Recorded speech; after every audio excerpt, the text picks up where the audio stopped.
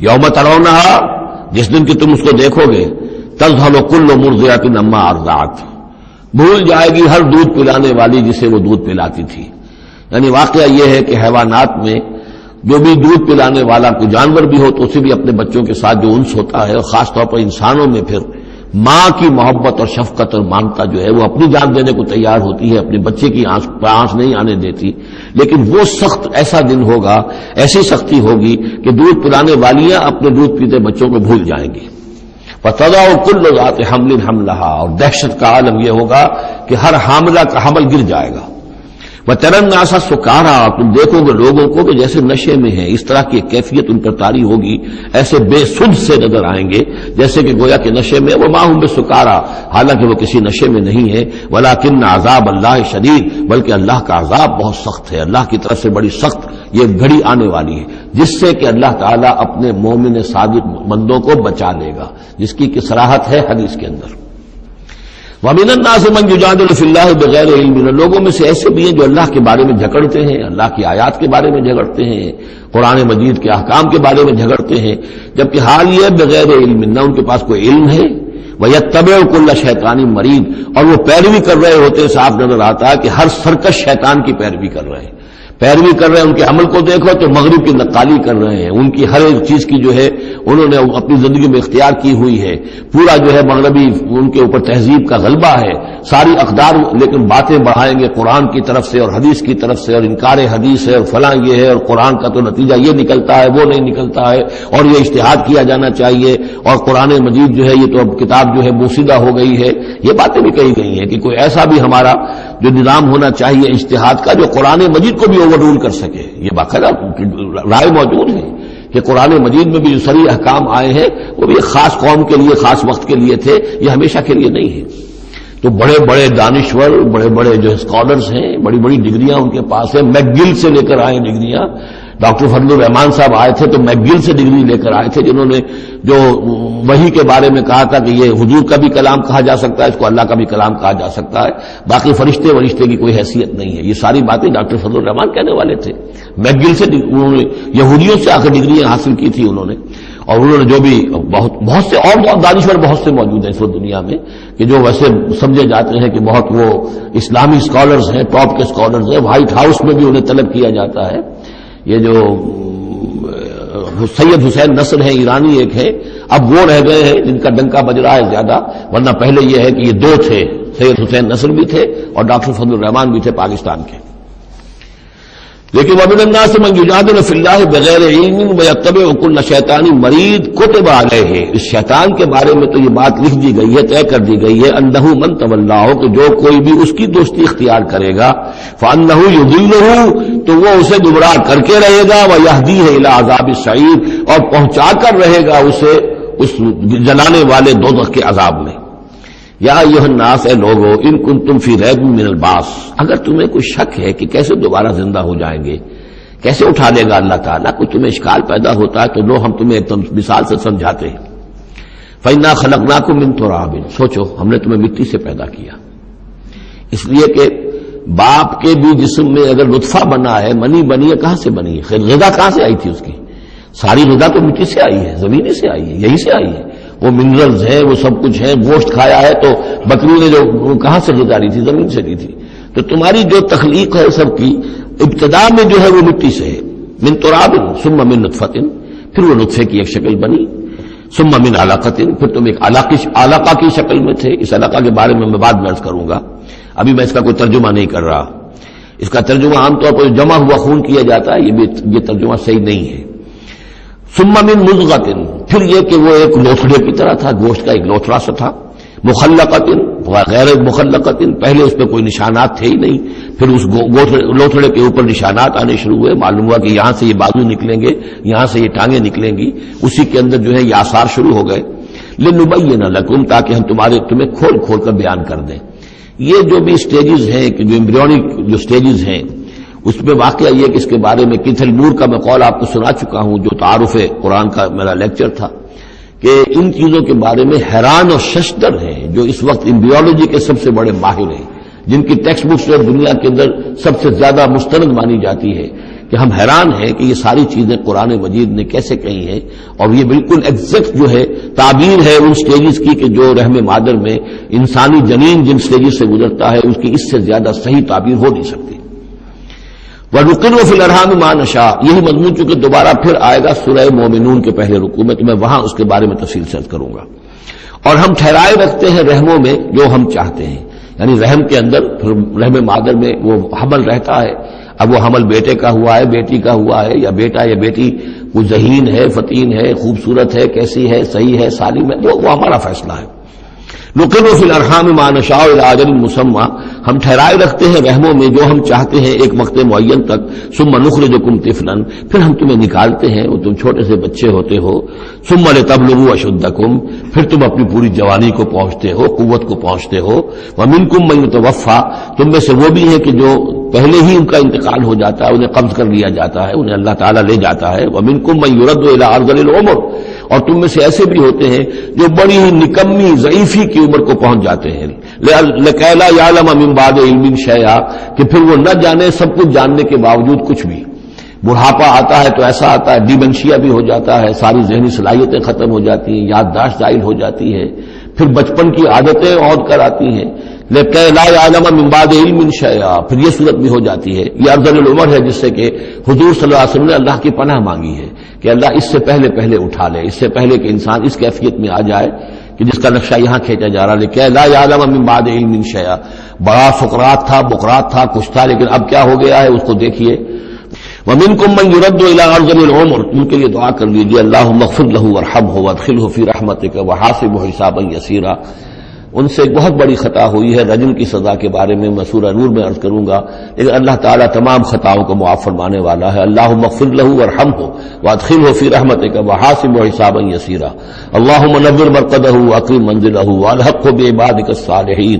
آمین یا رب العالمین۔ ومنکم من یتوفی ومنکم من یرد الی ارذل العمر لکي لا يعلم من بعد علم شیئا وترى الارض۔ اب ایک تو نقشہ کھینچا انسانی زندگی کا، اس آپ مٹی سے چل کر تم کہاں سے کہاں پہنچ گئے، پھر فوت ہو کے پھر مٹی بن جاتے ہو۔ یہ جس کی یہ قدرت ہے، جس کی یہ خلاقی ہے، جو اس سارے نظام کو لے کر چل رہا ہے، تمہیں اس کے بارے میں کوئی شک ہے؟ اس کی قدرت کے بارے میں کوئی تمہیں یہ شبہ وارد ہو سکتا ہے کہ وہ دوبارہ پیدا نہیں کر سکتا؟ اچھا ایک اور مثال لے لو، وَتَرَى الْأَرْضَ حَامِدَةً، تم دیکھتے ہو زمین کو کہ پڑی ہوئی ہے، بے آب و گیا، خشک اور ویران، کوئی زندگی کے آثار نہیں۔ فَإِذَا أَنزَلْنَا عَلَيْهَا الْمَاءَ اهْتَزَّتْ وَرَبَتْ، پھر جب ہم اس پر پانی برساتے ہیں تو وہ تازہ ہو جاتی ہے،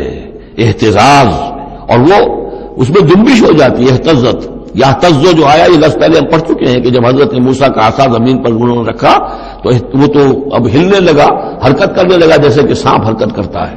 تو زمین میں بھی حرکت پیدا ہو جاتی ہے، اس لیے کہ اب جو کونپلیں نکل رہی ہیں وہ حرکت کر رہی ہیں، وہ ادھر ادھر جو ہے پہلے زمین پڑی ہوئی تھی ساکن، صامت، ساکن، بے آب و گیا، خشک، لیکن اس کے بعد اہتزت، اس کے اندر ایک حرکت پیدا ہوتی ہے، وہ ربط، وہ ابھرتی ہے، گویا کہ جیسے وہ گھاس یا سبزہ اوپر اٹھ رہا ہے، اور جیسے کہ فصل گویا کہ زمین اٹھ رہی ہے، وہ اٹھتی ہے، ابھرتی ہے۔ وَأَنبَتَتْ مِن كُلِّ زَوْجٍ بَهِيجٍ، اور ہر طرح کی قسم قسم کی تر و تازہ چیزیں جو ہیں وہ اگا دیتی ہے زمین۔ تو ذرا سوچو، زمین مردہ تھی، اللہ نے زندہ کر دیا۔ تمہارا اپنا معاملہ یہ ہے کہ مٹی سے لے کر اور تمہارے ایک انسان پورے بننے تک، یہ پھر کیسے شک کرتے ہو؟ تمہیں اللہ تعالیٰ کی قدرت میں بھی کوئی شک نہیں ہونا چاہیے۔ یہ تمہاری زندگی کا سائیکل چل رہا ہے اور یہ نباتاتی سائیکل چل رہا ہے ساتھ کے ساتھ، یہ چند مہینے کا ہوتا ہے، یہ تمہارا جو ہے یہ 60 70 80 برس کا ہے، صرف اس کے علاوہ تو کوئی فرق نہیں۔ ذالک بان اللہ هو الحق، یہ اس لیے ہے کہ اللہ تعالیٰ الحق ہے، اس کے حق ہونے میں، برحق ہونے میں کسی شک و شبے کی گنجائش نہیں۔ وانہ یحیی الموتى، اور یہ کہ وہ مردہ کو زندہ کرتا ہے، مردہ کو زندہ کرے گا۔ زمین تمہارے سامنے مردہ پڑی ہوتی ہے اور زندہ ہو جاتی ہے۔ وانہ علی کل شیء قدیر، اور یہ کہ وہ تو ہر چیز پر قادر ہے۔ وان الساعۃ آتیۃ، اور یہ کہ قیامت آ کر رہنی ہے، لا ریب فیہا، اس میں کسی شک و شبے کی گنجائش نہیں۔ وان اللہ یبعث من فی القبور، اور یقیناً اللہ تعالیٰ اٹھائے گا ان کو جو قبروں کے اندر ہے، بعث بعد الموت ہو کر رہے گا۔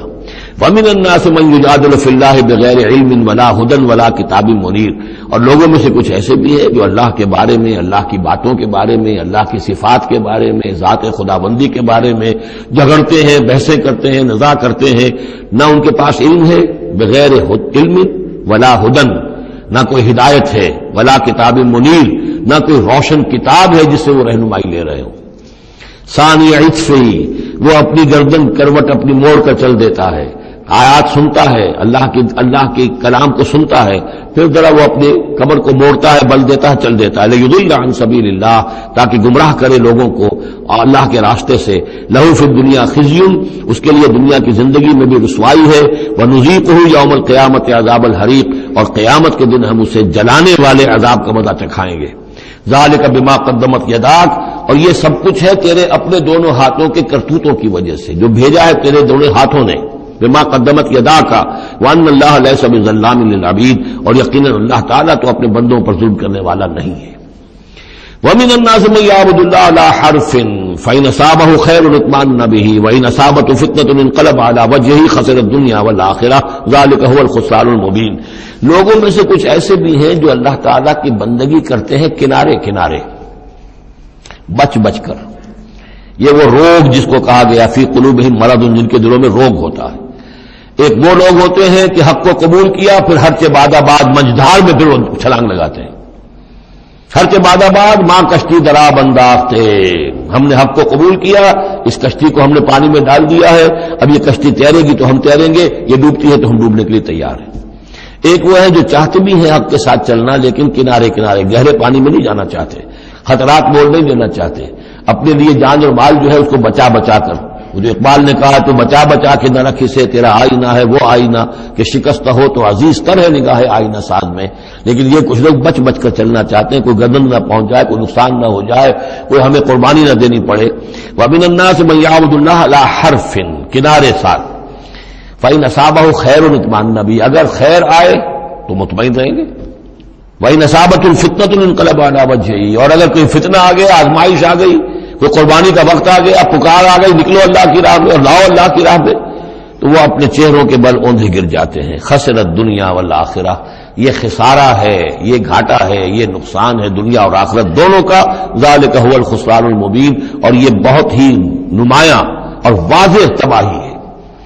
ایک میں بات عرض کرنی رہ گئی ہے کہ سورہ حج کے بارے میں بعض جگہ آپ نے دیکھا ہوگا لکھا ہوا کہ یہ اس کو مدنی بھی مانا گیا ہے، لیکن یہ واقعہ ہے کہ اس سورہ مبارکہ کے اندر بعض آیات ایسی ہیں کہ جو یا تو مدنی ہیں، اور بعض آیات کے بارے میں مجھے پھر وہ ایک قول مل گیا تھا حبر الامہ حضرت عبداللہ ابن عباس رضی اللہ تعالی عنہما کا، وہ بعد میں انشاءاللہ وہ کل ہم پڑھیں گے۔ وہ آیات نازل ہوئی ہیں اثناء سفر ہجرت میں۔ ظاہر بات ہے کہ جب حضور مکے سے نکل آئے ہیں اور جا رہے ہیں تو کتنے دن لگے ہیں، کوئی وہ چند گھنٹے کا، ایک گھنٹے کی فلائٹ تو نہیں تھی کہ جو ہوائی جہاز سے آپ چلے گئے وہ آدھے گھنٹے کی فلائٹ ہے کل، نہیں، لیکن یہ کوئی وقت لگا۔ اس میں بھی جو آیات نازل ہوئی ہیں، اور اس صورت میں کئی آیات ایسی ہیں کہ جن کی بڑی گہری مشابہت آپ کو مل جائے گی سورہ بقرہ کی آیات کے ساتھ۔ چنانچہ شہادت علی الناس والی آیت بھی اس صورت میں بھی ہے، سورہ بقرہ میں بھی ہے۔ لیکون الرسول شہیدا علیکم وتکونوا شہداء علی الناس، یہ آپ کو سورہ حج کے آخر میں ملے گی۔ جہاد کا لفظ بھی اس صورت مبارکہ میں ملے گا۔ یہ آیت بھی آپ غور کریں گے تو سورہ بقرہ کے دوسرے رکوع میں جو مثال آئی تھی منافقین کا حال یہ ہے، او کصیب من السماء فیہ ظلمات ورعد وبرق یجعلون اصابعهم فی آذانهم من الصواعق حذر الموت واللہ محیط بالکافرین۔ تو یہ جب بجلی جب چمکتی ہے تو روشنی نظر آتی ہے، چل پھر لیتے ہیں،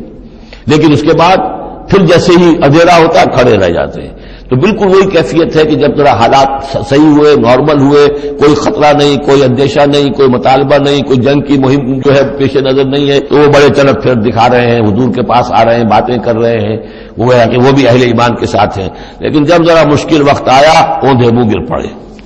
وَمِنَ النَّاسِ، اللہ تعالی ہمیں اس سے بچائے، اور دین اور ایمان کے ساتھ اور اللہ کے دین کو قائم کرنے کی جدوجہد میں مخلصانہ اور ہمہ وجوہ اپنے آپ کو جھونک دینے کی ہمت عطا فرمائے۔ وَمِنَ النَّاسِ مَن يَعْبُدُ اللَّهَ عَلَى حَرْفٍ فَإِنْ أَصَابَهُ خَيْرٌ اطْمَأَنَّ بِهِ وَإِنْ أَصَابَتْهُ فِتْنَةٌ انقلب على وجهه خسر الدنيا والآخرة ذلك هو الخسران المبين۔ یدعو من دون اللہ ما لا یضرہ وما لا ینفعہ، یہ پکارتا ہے اللہ کے سوا ان کو جو نہ اسے کوئی ضرر پہنچا سکتی ہے نہ نفع. ذالک هو الضلال البعید، یہی ہے بہت ہی گمراہی، دور کی گمراہی.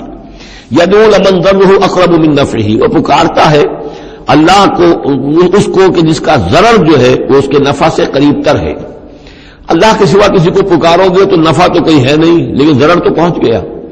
لبیس المولا و لبیس العشیر، بہت ہی برا ہے وہ دوست اور بہت ہی برا ہے رفیق. ان اللہ يدخل الذین آمنوا وعملوا الصالحات جنات تجری من تحتها الانہار، یقیناً اللہ تعالیٰ داخل کرے گا ان لوگوں کو جو ایمان لائے جنہوں نے نیک عمل کیے ان باغات میں جن کے دامن میں ندیاں بہتی ہوں گی. ان اللہ یفعل ما یرید، یقیناً اللہ تعالیٰ کرتا ہے جو چاہتا ہے، جس چیز کا ارادہ کرتا ہے وہ کر گزرتا ہے. فعال لما یرید ہے.